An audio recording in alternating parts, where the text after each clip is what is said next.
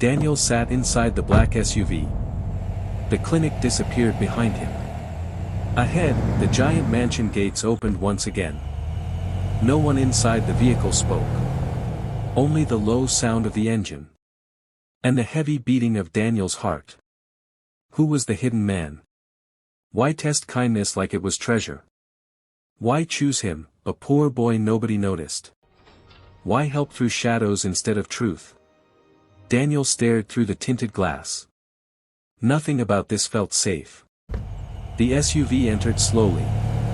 Then the iron gates closed behind him with a deep metallic sound. Daniel looked back. It sounded less like welcome. And more like being trapped inside something bigger than him. Servants hurried when the car passed.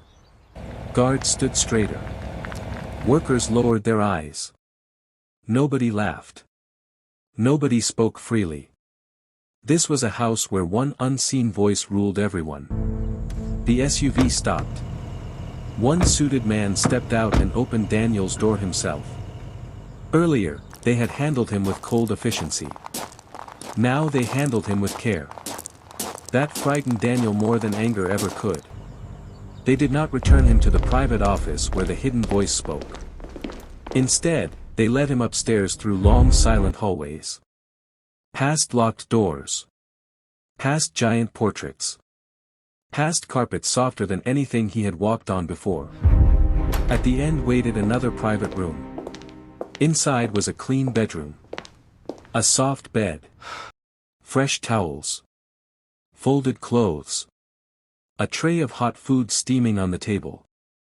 Daniel stood at the doorway in disbelief. Nobody had ever prepared comfort for him before. "What is this?" What is this? Daniel asked. For you. I'm not For staying. you, one man I'm replied. not staying. "I'm not staying." The man showed no reaction. He stepped outside. And quietly closed the door. Daniel looked at the tray. Rice. Stew. And meats. His stomach twisted painfully. He grabbed the spoon and began eating fast. Too fast. The kind of speed hunger teaches.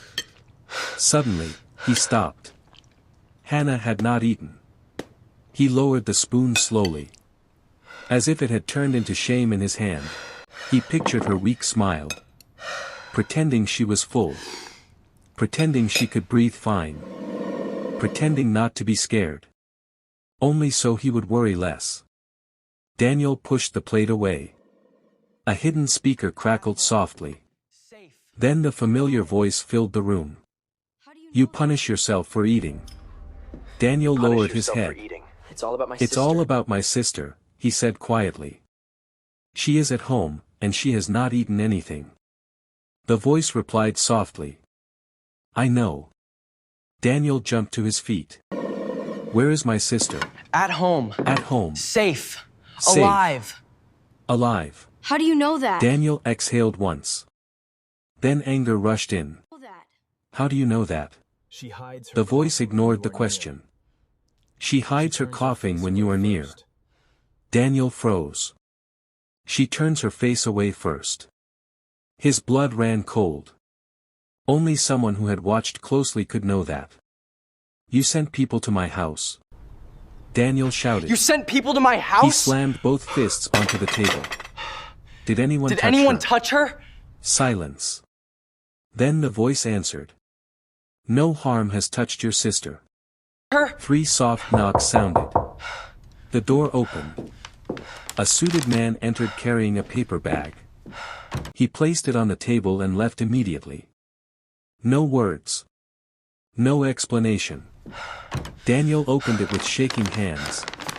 Inside were a brand new inhaler, asthma medicine, bread, milk, tinned food.